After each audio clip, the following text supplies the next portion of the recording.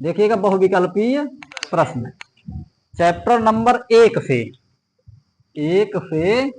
4 chapter तक, chapter number 1 से chapter number 4 तक के बहुविकल्पीय प्रश्न बताएंगे।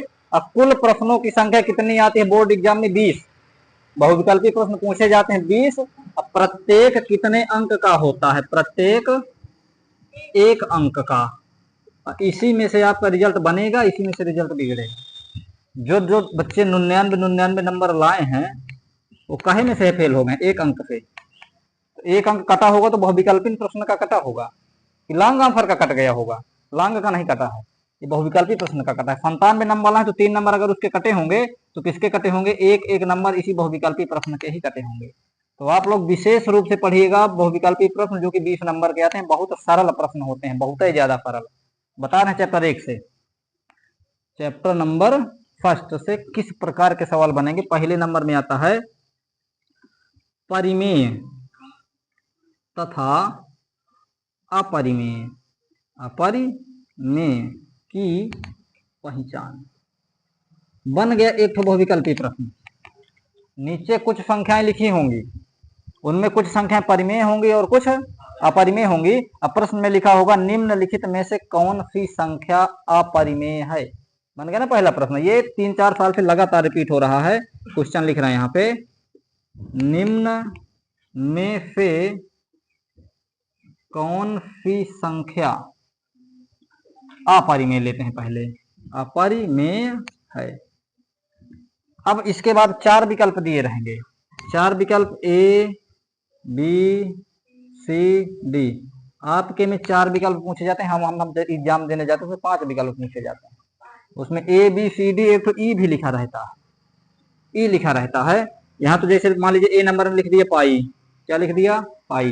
यहाँ पे 4, यहाँ पे √9 और यहाँ लिख दिया जाएगा कोई भी संख्या लिख दीजिए, √16 ही लिख दीजिए। इस प्रकार से A, B, C, D। फिर यहाँ लिख दिया उपर्युक्त में से कोई नहीं, कोई नहीं, उपर्युक्त में से कोई नहीं। एक और विकल्प ऑप्शन बन जाता है इनमें से सभी, इनमें से सभी या इनमें से कोई नहीं। ये बनते हैं, ऑप्शन में लिखे मिल सकते हैं। तो पहले देखिए निम्न में से कौन सी संख्या अपरिमेय है? तो अपरिमेय की पहचान आपको बताए ही थे। एक ठो अक्षर पाई ये कहीं भी दिखे तो ये क्या कहलाएगा? अपरिमेय। वहां की कुछ देखने की जरूरत नहीं पड़ेगी। अब इसलिए नहीं पड़ेगी कि ये 4 ही ऑप्शन आपके में रहेंगे, ये दोनों ऑप्शन आपके में होने वाले नहीं है। तो ये दोनों नहीं रहेंगे तो ये 4 रहेंगे। 1 2 3 4 में से तुरंत पाई देखेंगे, इसी में टिक करके गोला भरना, टिक नहीं करना। एक तो क्लियर हुआ परिमेय और अपरिमेय में। और यदि इसमें लिख देता कौन सी संख्या परिमेय है, परिमेय है, तो इसके साथ लिखा होता √3, इसके साथ लिखी जाता था पाई। तो अब बताइए कौन सी संख्या परिमेय है? तो इसमें से ये अपरिमेय है, ये अपरिमेय है, ये अपरिमेय है और ये वाली संख्या क्या है? परिमेय है। तो परिमेय और अपरिमेय से संबंधित दोनों प्रश्न हो गए। और इन दोनों में से एक प्रश्न परीक्षा में हर साल पूछा जाता है, या तो परिमेय या फिर अपरिमेय। अगला क्वेश्चन गुणनखंड से रिलेट करता हुआ अगला प्रश्न जो बनेगा वो रहेगा अभाज्य गुणनखंड से संबंधित। अभाज्य गुणनखंड के गुणनफल के रूप में, गुणनफल के रूप में व्यक्त कीजिए। एक संख्या लिखी होगी, जैसे मान लीजिए लिखा है 343। ये संख्या है 343। इस संख्या 343 को अभाज्य गुणनखंड के गुणनफल के रूप में व्यक्त कीजिए। अब 4 ऑप्शन दिए रहेंगे और 4 ऑप्शन में 343 जिनके गुणनफल में आ जाएगा वही वाला ऑप्शन आप सही कर देंगे। तो 343 के हम करते हैं यहाँ गुणनखंड। 343 के गुणनखंड तो किससे कटता है? ये 343 7 से कटता है। 7 49, 7 चौको 28 और 2 30, 6 7 9 63, 7 7 49, 7 एकम 7। तो यहाँ कितना लिखा मिलेगा? 7 की घाते 3, 7 की घाते 2, 7 की घाते 2 और 2 की घाते 3, 3 की घाते 2, 5 की घाते 1, इस प्रकार से लिखा मिलेगा। तो ए बी सी डी, तो A B C D 4 option, इनमें से एक ऑप्शन सही होगा। 343 के अभाज्य गुणनफल, 343 को अभाज्य गुणनखंड के गुणनफल के रूप में व्यक्त कीजिए। तो 343 के गुणनखंड चाहिए ना, तो कितना है 7 की घाते 3, यही वाला ऑप्शन सही कर देंगे, बाकी इनको छोड़ देंगे। करेंगे जरूर। 7 7 49, 2 दुनाई 4 दुनाई 8, 49 8 बहुत बड़ी संख्या ज्ञात हो जाती है, तो उसको छोड़ देंगे। एक तो विकल्प सही है, सही हो गया। तो दो टाइप के हुए, एक परिमेय और अपरिमेय संख्या की पहचान करना, दूसरे नंबर में अभाज्य गुणनखंड के गुणनफल के रूप में व्यक्त करना, जो कि घातांक के रूप में प्रश्न में दिया रहेगा, वो कर देंगे। अब तीसरा प्रश्न समझिए, इसी चैप्टर 1 से संबंधित, लासा और मासा आएगा। अब लासा और मासा, ये इसको हटा दिए।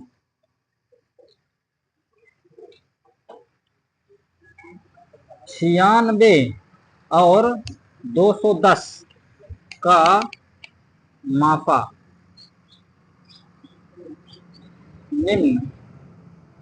निम्न में 96 कामा 210 का मापा है।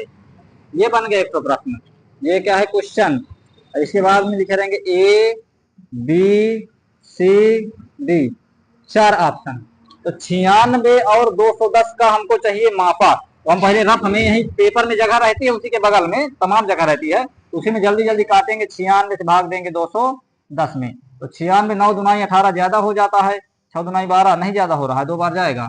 2 छंगे 12 2 हाफिल 1 2 18 1 19, 2 छंगे 12 2 हाफिल 1 2 9 18 1 19। अब इसको घटाएंगे, 10 से 2 घटाएंगे कितना आ जाएगा, 8 आ जाएगा। यहाँ पे कितना बच रहा है अब, 0, 0 से ये हो जाएगा 10, 10 में से 9 गए, कितना आया 18, 18 से भाग दें किसमें 96 में, 18 पंचे 90 और 6 त्रिक 18।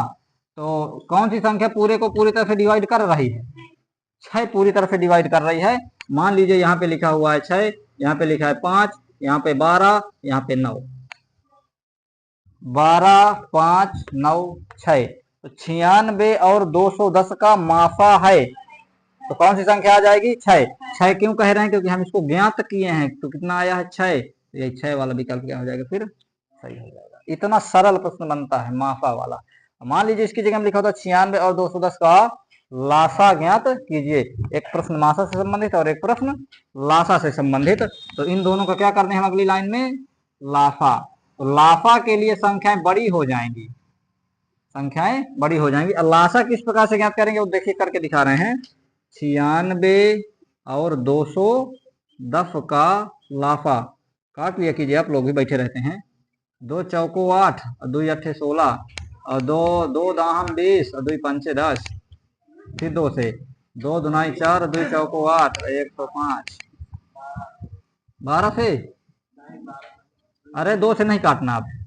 अब इन दोनों में कुछ कट ही नहीं रहा, जब दोनों नहीं कट रहा 3 से काट देंगे। 3 अट्ठे 24, 3 त्रिकाई 9, 3 पचे 15। अब ये संख्याएं दोनों किसी एक संख्या पर नहीं कट रही हैं, 8 और 35, तो अब नहीं काटना। अब इसलिए नहीं काटना क्योंकि इन दोनों में कोई उभयनिष्ठ गुणनखंड नहीं है, तो काटेंगे भी तो उतनी संख्याओं का गुणा करना ही पड़ जाएगा। तो इससे अच्छा इन दोनों का डायरेक्ट गुणा करते हैं, इन तीनों का उसके साथ में गुणा कर देते हैं, तो क्या ज्ञात हो जाएगा, लाफा ज्ञात हो जाएगा। 2 दुनाई 4 त्याई 12 और 12 अट्ठे 96, 35 का गुणा किसमें कर दें 96। तो 5 छक्का 30 की 0 हाफिल 3, 5 9 45 और 45 3 48 और 3 छंग 18 की 8 हाफिल 1, 3 27 1 28, यहाँ देखिए 0, 8 8 16 की 6 हाफिल 1, 8 4 12 11 की 3 हाफिल 1 2 1 3 3 3 6 0। तो संख्या बदली जाए यहाँ, क्योंकि पहले माफा था, क्या आ गया लाफा आ गया। 3 3 6 0 2 6 8 5 1 2 3 4 9 2 7 5। एक तो उत्तर सही रहता है, बाकी फिर वैसे ही लिख दिए जाते हैं। तो जो उत्तर सही है उसमें भी कुछ सही सही लिखा है 33 और 60, बाकी ये संख्या कहाँ पे लिख दी जाती है पता नहीं, क्योंकि जो सही रहता है वो तो 100% सही ही लिखा जाता है। ये वाला क्या हो जाएगा, सही हो जाएगा। लाफा ज्ञात कीजिए, तो लासा ज्ञात करने से संबंधित प्रश्न आप कर लेंगे। अब गुणनखंड, परिमेय, अपरिमेय, माफा और लाफा, इतना ज्ञात हुआ। अब एक प्रश्न और बना करता है, उसमें दिया रहता है कि किन्हीं दो संख्याओं का माफा इतना है तो लासा ज्ञात कीजिए। दो संख्याओं का माफा दिया है तो क्या करना है, लाफा ज्ञात करना। तो पढ़ दो एक प्रश्न उसमें से इसी प्रकार का। 65, 117 के HCF को, है ना, 65m-117 के रूप में लिखा जाता है, के रूप में व्यक्त किया जा सकता है। तो यम बराबर ज्ञात कीजिए। इसमें भी विकल्पी में है, बोले हो, ध्यान देना। तो विकल्प बोलो फिर। 4 2 1 3, 7 नहीं है, 4 2 1 3। 65 और 117 के HCF को, यानी 65 और 117 का पहले HCF ज्ञात करेंगे, तो इसका HCF कितना आएगा, 13 आएगा। मान लीजिए 65 और 117 का HCF कितना आ गया, 13 आ गया। किसके रूप में व्यक्त किया जाता है, 65m-117, ये बराबर है 65m-117 के बराबर है। तो 117 और 13 दोनों जुड़ जाएंगे, तो 117 13 जुड़ेंगे तो हो जाएगा 130। तो 65m बराबर हो जाएगा 130 के, 65 दूनाई 130, तो यम बराबर 2। विकल्प में जहां 2 लिखा है उसी को सही करेंगे, यम बराबर 2। बन गया प्रश्न बढ़िया फा। अब एक लासा मासा भी बोलिए, जो इसी प्रकार का प्रश्न जिसमें लाफा दिया हो तो माफा ज्ञात करना है, या फिर माफा दिया हो तो लासा ज्ञात करना है। अब प्रश्न वो वाला होना चाहिए जिसमें a क्यूब b स्क्वायर या b क्यूब a स्क्वायर वाला, बीज गणित से संबंधित। 26 नहीं, बीज गणित वाला बोलो, बीज गणित वाला एक प्रश्न रहता है उसमें। हाँ चलिए, नहीं आ रहा तो समझिए, यहां से मैं लिखे दे रहा हूं। यदि p बराबर, ध्यान से देखिए, p बराबर a स्क्वायर b, p का मान कितना है, a स्क्वायर b, तथा q बराबर a क्यूब b स्क्वायर।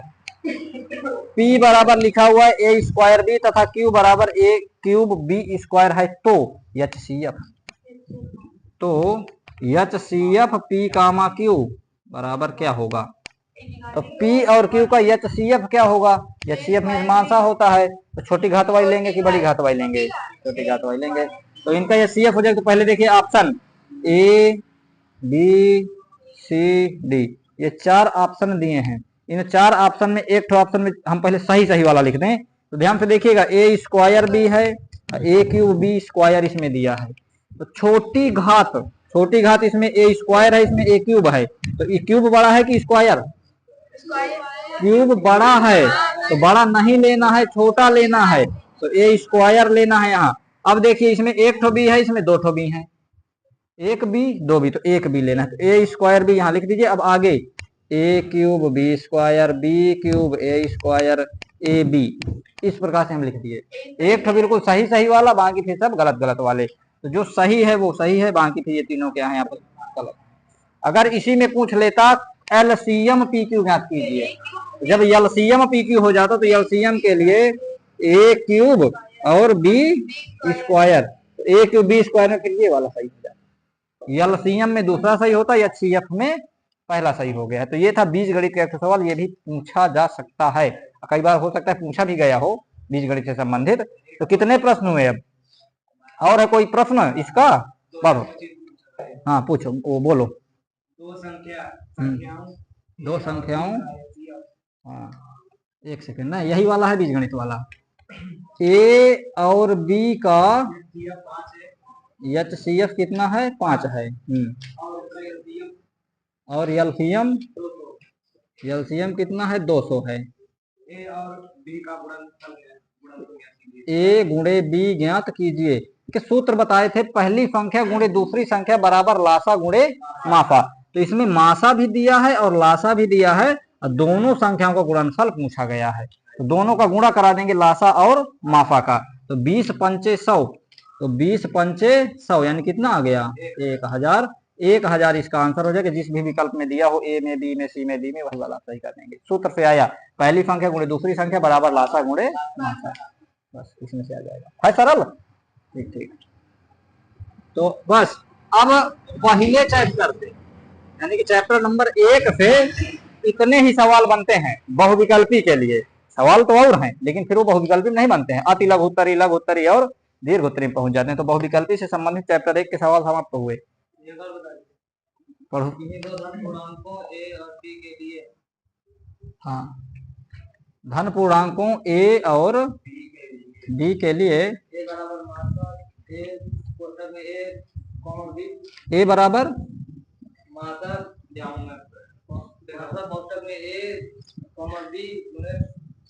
हाँ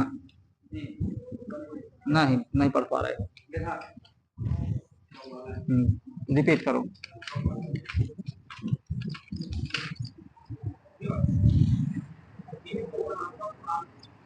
ए और बी के लिए मासा ए बी, हाँ माफा ए बी, जैसे वो बोला था वैसे मैं लिख दिया हूँ। हाँ बोलो। हाँ और बी के लिए हाँ ए बराबर मासा गुणे लाफा बटे बी। चलो छोड़ो, देखिए अरे हो गया, मिल गया, अब तुम ना बोलो ही नहीं। ए और बी दो धनात्मक पूर्णांक हैं, तो इन दो धनात्मक पूर्णांकों के लिए ए किसके बराबर होगा? तो ए बराबर होगा मासा गुणे लासा बटे बी के। बी किसके बराबर होगा? बी बराबर होगा मासा गुणे लासा बटे ए के। इतना आया। ए गुणे बी किसके बराबर होगा? मासा गुणे लासा इसके बराबर होगा, और मासा किसके बराबर होगा? तो ए गुणे बी बटे लाफा। ऐसे ऑप्शन दिए रहेंगे, यानी ए और बी दो संख्याएं हैं, पहली संख्या और दूसरी संख्या। फिर रिलेशन क्या है इनमें? रिलेशन क्या? ये चारों विकल्प सही हैं जो हम लिखे हैं। हम तो ए और बी के लिए रिलेशन है लिख दिए ना इसमें, ए और बी के लिए दो धनात्मक पूर्णांक है ए और बी, तो इनमें क्या संबंध है? तो इनमें चार संबंध आते हैं। ए बराबर मासा गुणे लासा बटे बी, बी बराबर मासा गुणे लासा बटे ए गुणे बी बराबर मासा गुणे लासा, और मासा बराबर ए गुणे बी बटे लासा। एक सूत्र से इसमें से है सब बनते हैं, इसमें से सब बन जाते हैं। तो ऑप्शन में ये दिया रहेगा, ऐसा ही होगा। ये भी सब सही है, गलत थोड़ी ना लिखे हैं।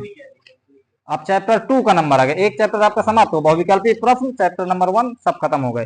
अगर किसी के दिमाग में कोई प्रश्न चल रहा हो कि क्या ये प्रश्न बहुविकल्पी में पूछा जा सकता है, तो आप लोग पूछ सकते हैं।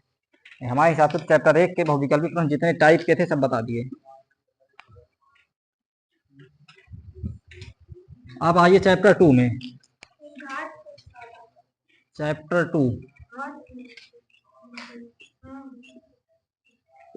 2 के बहुविकल्पीय प्रश्न। अब चैप्टर 2 होता क्या है? बहुपद होता है चैप्टर 2 का नाम, बहुपद। ये चैप्टर 2 है बहुपद। तो बहुपद से संबंधित पहले बहुपद का जो मानक रूप है, सबसे पहले स्टार्टिंग करते हैं हमेशा मानक रूप से। तो बहुपद का मानक बहुविकल्पी के लिए कितना सरल हो गया? A X square plus B X plus C, इसके रूप में दिए गए बहुपद को आप लिख देंगे। संख्याएं आगे पीछे रखी रहेंगी तो उनको आप सेट कर देंगे A X square plus B X plus C के रूप में, तो बन जाएगा दिए गए बहुपद का मानक रूप। एक विकल्प क्लियर हुआ। जो दूसरा टाइप बनेगा इसमें तो रहेगा घात। बहुपद की घात बताइए, बहुपद की घात बताइए। अब बहुपद की आपको घात बताना है, तो बहुपद की घात बताने के लिए सबसे बड़ा घातांक जो रहेगा वही हो जाएगी बहुपद की घात। फॉर एग्जाम्पल में एक तो लिख दें A X cube plus 3x plus Y क्या है 5 लिख दें। इस बहुपद की घात बताइए। तो बहुपद की घात कितनी है? 3 है। बहुपद की घात 3 क्यों? क्योंकि ये 3 ही सबसे बड़ी संख्या ऊपर दिख रही है, बाकी इसमें एक है, इसमें कोई घातांक ही नहीं है। तो जो सबसे बड़ी घात होगी, सबसे बड़ी घात, वही कहलाएगा बहुपद का घातांक। ये भी क्लियर हुआ?